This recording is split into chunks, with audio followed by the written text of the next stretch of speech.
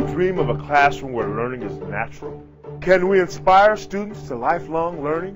What exactly is the purpose of an education?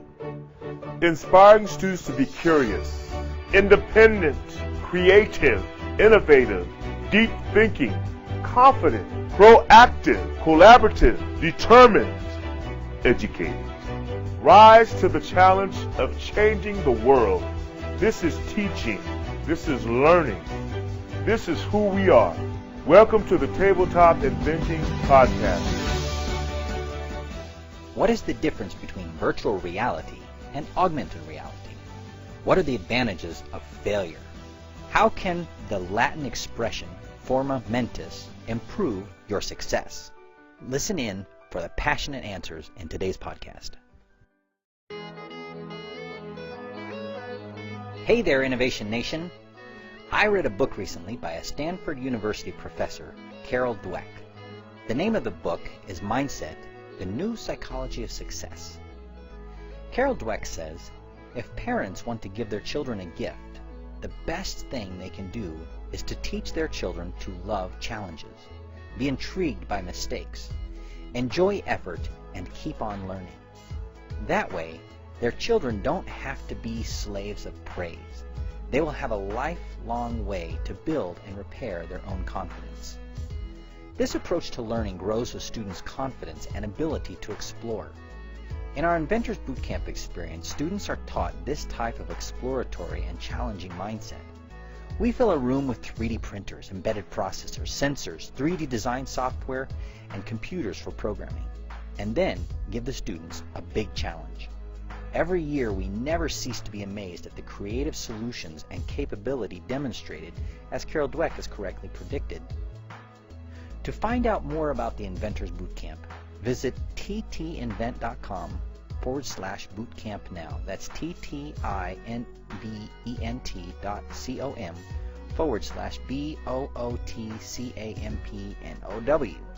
Or you can just visit ttinvent.com and click the Inventors Bootcamp button. Today, our guest is the founder of a literally game-changing company. Proxy 42 was founded by Francesco Ferrazzino, and a video for their amazing new game can be found at father.io. That's father as in my father, your father, father.io. After the interview, I strongly recommend you take the 2.5 minutes to watch it. Their approach will change how games are played. If you're listening to this from the United States, you may find Francesco's accent a little thick, but I will make no apologies. This interview is among the best I've ever had. Listen to it and re-listen to it. His ideas are powerful. My guest today is Francesco Ferrazzino, and as you can tell by the name, Francesco is from Italy. And I got excited because I saw a video that a friend of mine posted about a company called father.io, and you can look that up. We'll link it in the show notes. Francesco is a lifetime entrepreneur, and he started coding very young, at about 11 years old. So Francesco, tell us a little more about yourself.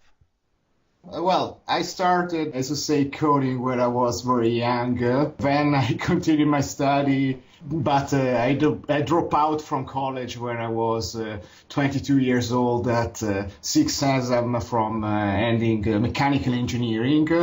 By that time, by 2000, I'm an entrepreneur in the IT space, starting from coding, internet, and digital marketing. I'm a serial entrepreneur, so I started a lot of company in the startup space, even when the startup was not so common name. I'm very proud of my last child, Fara.io, because I wanted to create something to make people have fun together. So I believe that having a dream is something that help me concentrate in doing new stuff. So I have some questions, and you can tell me if we're going to get out of bounds, because I know that you guys aren't quite released yet. But on the father.io, How did you come up with that idea? Since I was young, I was a gamer and a game developer. I started coding because I want to create so badly a new game because I was very fast in finish them and I wanted new experience and I want to start to create a new one. In the years, there was a lot of kind of gameplay. But after 20 years playing game, yes, the graphics was changed, everything became more realistic, but there was something missing for me. It was like playing the same game again and again and again. I wanted something new, I wanted a new gameplay. So I remember when I first see the first mobile phone with the camera, I thought, hey, well, it would be very cool to use the camera of a mobile phone for making games out of reality. And years later, I was working for some project in augmented reality for some customer, and I thought, hey, maybe it's time to recatch that old idea I was having 5-7 years before and make it real because, hey, now it's possible to do something like that. Let me think about it, I can do it. And everything started. So you actually had this idea quite a number of years ago. Yeah. The game that Francesco and I are talking about that he developed with his team is a first-person shooter game. And actually, when the first time I saw it, it looked like Doom, but on a phone. But it's got this really cool twist in that it is actually in reality, and anyone with a mobile phone with the app is part of the game, and it happens in real space connected to the digital space with the camera or with the phone. And you have to go see the link that we'll put on the show notes. This is absolutely a fantastic new idea. Even though, Francesco, it's a 5 or 7 year old idea. Yeah. I always love to predict the future. And it was enough easy for me knowing the digital space that at least every 3-4 years, 5 years right now, but in the future will be even less. There is a major change, which is not only about tech, but it is also about how do we use content. For example, back in the 90s and in the early years old, there was, websites. And you search with search engines, even before Google was famous. Okay, Google give a great chance to us to understand where the media are. Then comes YouTube and the video and the concept of having a new kind of entertainment, and everybody was doing video entertainment on the web, okay? And then comes Web 2.0, and everything was about social and sharing, and then was about mobile phones. And every time you put the content in the internet, but it's always more difficult for people to find your service and your product. So what's happening? The major shift is we pass from we search for the internet. Then the internet becomes our network of friends with share with us. And then we took the internet in our pocket with mobiles. But even the App Store is completely full of applications and games and information. So I believe that every thought here, when the information is overloaded in our search channel and how we find this information, there is a major shift. And the next one will be, of course, the reality. You can see HoloLens, you can see Magic Leap, everyone, you see, even NAVD, the big players want you to use their information in the reality. Like the reality is a new media. Out of curiosity, have you guys been thinking about how to connect that with the game you're currently working on? Yes. Our platform will be available also for other devices which connect you to the reality. That's not a problem for us. Wow, that's really cool. The first time I saw it, that was the first thing that jumped in my head, is because we went to the Consumer Electronics Show in January, and everything at the show was about virtual reality. It seemed like, every third booth had some sort of VR augmentation or a new device or some software. Yes, this is something that I consider important. There is a sort of fight, I believe, between Facebook and Google, and I want to see what will do Apple. The strange thing is, will be the virtual reality or the augmented reality the future? Because Facebook acquired Oculus for $2 billion, which is a huge, huge amount of money. So the problem is, I don't have the answer for this kind of question. Will be the virtual reality or the augmented reality the next big things? I mean, virtual reality, I love it, I try it, I use it also a lot of time, but it is about isolate you from what is around. It is incredible, it is an unbelievable experience, it's really cool and exciting. But in my personal opinion, I prefer augmented reality because I can have it with real people. I can use with real people. I can use in real place. I don't have to isolate myself in my PC, in my room, and playing alone, separated from the real world. But I'm not saying that virtual reality is uncool. It is absolutely cool.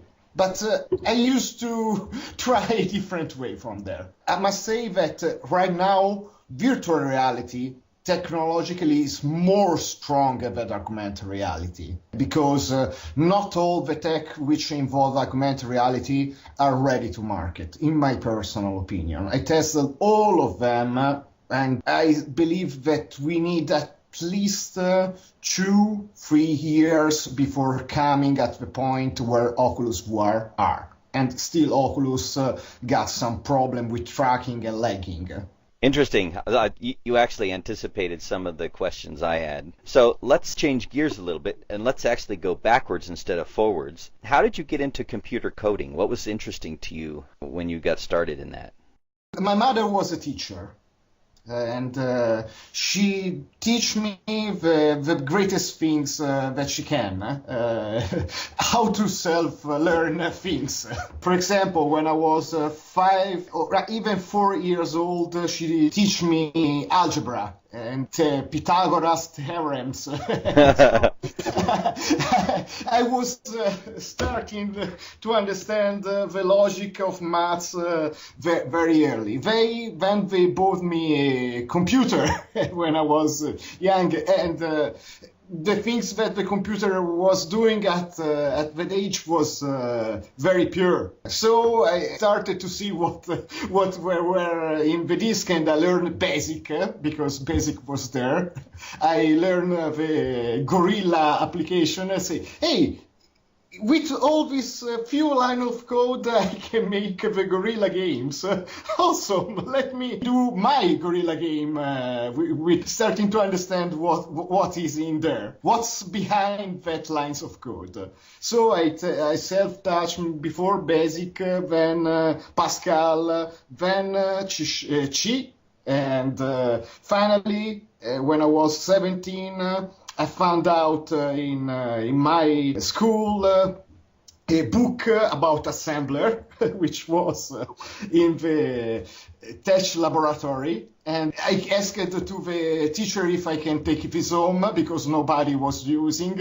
Actually, it was a copy of a book printed on common papers and a self-learn assembler, which was very, very, very, very, very, very hard. Consider that at that time in Italy, no one has internet. So it was even more difficult because I can't ask to anybody about the problem I had. Yeah, how to solve problem in creating a graphic engine back in 1994. Yeah, people weren't even thinking about Stack Exchange yet, it sounds like. Yeah. By the way, a great idea in doing Stack Exchange is saving the life of a lot of coders. hours by day. So you said something very interesting that I want to come back to. You said that your mom was a teacher, and that Yes. she helped you self-teach. And, we talk about this a lot with what we do because we also work with teenagers. And it's very important to us to learn how to learn. And that's exactly what we focus on as a company, is helping teenagers learn how to learn. Because you're right, it's a little bit uncommon, but it's the perfect, best solution in life, because if you know how to learn, you can do anything. So when did you know that idea in your head was different maybe than some other people had? Well, in the beginning, when I was a teenager, that was more a problem than a solution, because I remember when I was in high school, I was the one which people always ask to solve their problem when they can't. It's probably common stuff. So I end up helping the other one, and I have 2 minutes to do to solve the problem I have by myself. But back in self-learning, well, there is 2 aspects I would love to discuss. One is the mind is not different from a computer, or at least we are starting to make the computer very similar to how mind works. I mean, deep neural networks and things like that. I believe that it is a process of making mistake until it works. And coding was perfect, because until the result was the one I was expecting, I keep on working on that on a loop. Okay, so because nobody was teaching me how to code in a great way, but understanding, iterate around the failure. That's like what you say in startup in San Francisco and Silicon Valley. Fail fast to be successful. Yeah. So, okay, you have to learn how to make a mistake, because not every mistake brings you in the right way to solve the problem. But at least in the very beginning, when you are young and try to test hacking and trying to make the stuff until they work as you, it was very, very, very, very, very useful. So this is the first things. Another thing is when you get older, it is important to have a forma mentis. It's what in Italian we call forma mentis. It's very similar to your English expression mindset, which means you have to learn how to set your mind to pragmatically solve the problem. Because intelligence, your QI, your intellective property, is about solving a new problem with your experience, but not solving problem with your experience, but solving new problem based on your old experience. So how your experience and your knowledge can help you to solve new, different kind of problem. But there is another aspect I would like to discuss. It is that forma mentis, your mindset, in Italian and Latin, it is not so positive expression, because it is when you have, let me try to explain, when you have a condition from your education, you are conditioned to think like that. This condition comes really from the education. So forma mentis, it's like a way to control your mind in the original Latin Roman idea. Okay, we control the mind of the young in order to let them solve the problem in a way that we want them to solve. And I believe that one of the things you have done in the US, especially in the Silicon Valley, especially when Apple was born, where Microsoft was born, and all the new generation of company was born, was that you were in a period of what we call in Italy controcultura, which is against culture, because there was the age of the hippies. Steve Jobs was an hippie, and they use their knowledge in a kind of different way because they were so free to reinvent the future. They start to do things completely different. And they create a real new kind of tools for the humanity, which I believe that without the spirits of that years wasn't possible to do. So I believe that it is a matter of learn how to learn like a forma mentis and then forget everything you learn and start new. I like that. That actually rings very true with many of the things and people that I've talked to. In fact, there's a book from a lady from Stanford called Mindset, which talks a little bit about this. She doesn't talk exactly in the 3 points that you mentioned, but it's the similar idea of having the ability in your mind to see failure as a step rather than as an end point.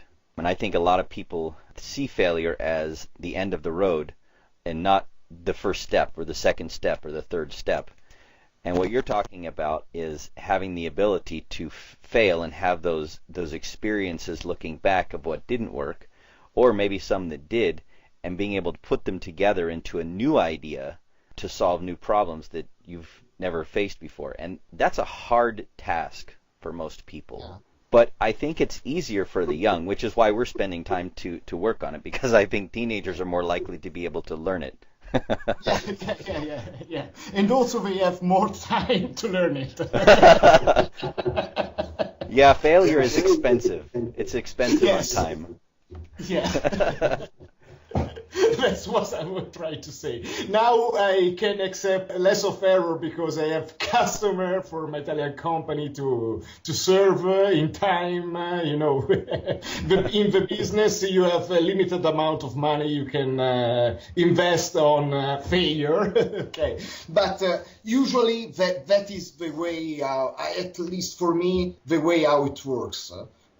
I believe that a problem which you can't solve, it is insolvable if you start to see the problem from a different point of view.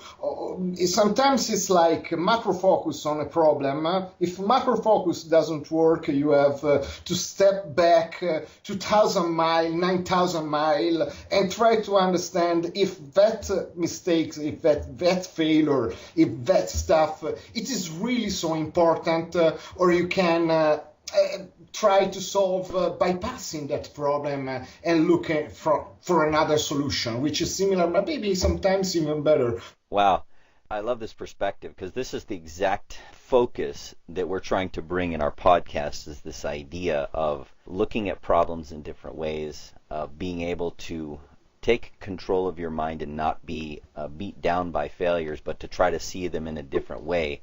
I mean, and you can correct me if you've had a different experience. From speaking to many people, I hear that very often when you have a failure, what other people would call a failure, it's an opportunity to look at life in a different way. Absolutely. I must say that this is not the way usually in Italy think about the failure. I've learned about failure watching the US culture and not the Italian culture, because in Italy, if you fail, for example, if you fail a business, you are really, really, really, really, really, really in trouble. It's very hard. It's very hard for people which fail a business because bank doesn't give you money. They can take, depending on the kind of business you have, they can take you all of your money, all of your wealth to pay the expenses. So it's something really hard here in Italy. And I love the US way of thinking failure, for example, from the Silicon Valley, where if you are a serial entrepreneur and you fail your company once or twice, you have more experience because you have made mistakes, and if you are a good guy, you learn how to not do that mistakes again. In Italy, there is some misconception, maybe related to our Catholic religion, where the mistake is something like a damnation, okay? Well, I hate to be the bearer of bad news, but unfortunately there are many other places in the U.S. that aren't as open to failure as Silicon Valley is. I think Silicon Valley is a unique place for that people see failure in a different way. And certainly my friends from the area in Silicon Valley, they tend to have a different way of thinking about life, a way that causes more innovation. It causes more effort after a failure to find a way to turn it into something good. And as a result, I mean, Silicon Valley in the U.S. has done an excellent job of growing into a mecca for innovation, because innovators know, just internally we seem to know, that you have to make a few mistakes in order to find the right answer. But unfortunately, many people don't know that that is true. And so we're actually trying to bring that idea, that mindset, like I said, to teenagers and to teachers, because we feel like as a culture, as a society in the world, we're facing some very tough problems. And so I think we need a whole generation of kids that think very clearly about failure, realize that failure is something you must learn from, and turn it back into something that you can innovate from instead.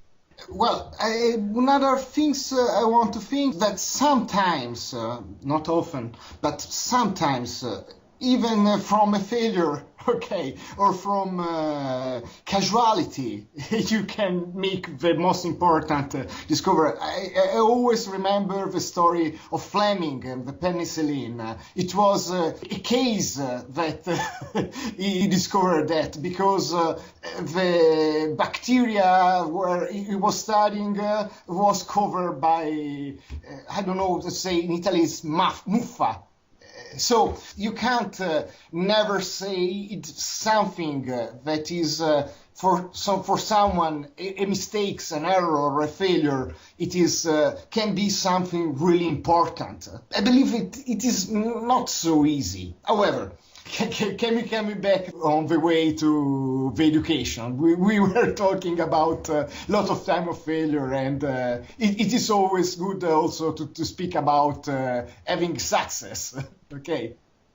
Yes. Well, let me head us toward the end of our conversation, because I should let you go here pretty soon. But the two questions we always like to ask, the first one you are uniquely positioned to answer because of your company and because of your perspective.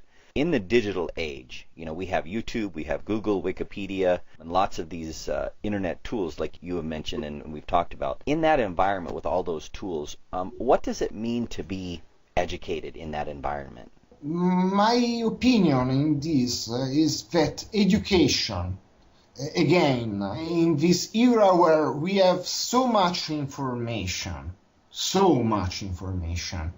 and so much knowledge that's so near to you, but not all the information on the internet are the Bible, okay? Not all yeah. Don't let me say the word on the internet. I believe that the educator and the education is giving the tools to people to understand what's wrong and what's not wrong, what's good and what's not good, because there is not only tech education, but I believe that education must learn us how to be good human, because it is not about everything about knowledge. It's also about being involved in the society, make a change in the society, make the world a better place. It is not only about learn to code and make a job, learn engineering and have a job. I believe that the most important part of education should be like a second family for the child, because not everybody in the world have the opportunity to have a good family. Let's face it, there is no law that allow people to not have child and be criminals. Okay, so I believe that school and education should help guys and help family to create a better world, and to make people understand how, and give the tools how to get his job done So in the internet era, understanding that, I don't know, water cannot be magnetized, okay? Yeah, but, that's the kind of things you can find on the internet, okay? And there are thousands of people who believe it, millions of people who believe in that kind of stuff. At least give the tool to understand the basic of what is possible and what's not possible. It is really, really, really important. We don't want a population of believers. We want the world where people can actually understand the stuff. Yes, yes. So let's come to the last question after we've been looking back over your experience as an entrepreneur and coming in. You have a unique perspective on this. So for you, what is the purpose of an education? How have you used your education? And when I say education, education doesn't necessarily mean school. Education might mean the self-teaching you also discussed. So using that as the definition of education, what has been the purpose of that in your life? How have you used that? Well, even if I haven't finished the engineering, things that remain in my life as forma mentis was very useful.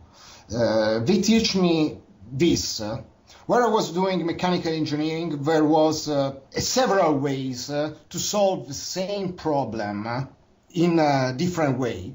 But everything comes as a cost. And with a similar solution, but different in terms of quality, for example.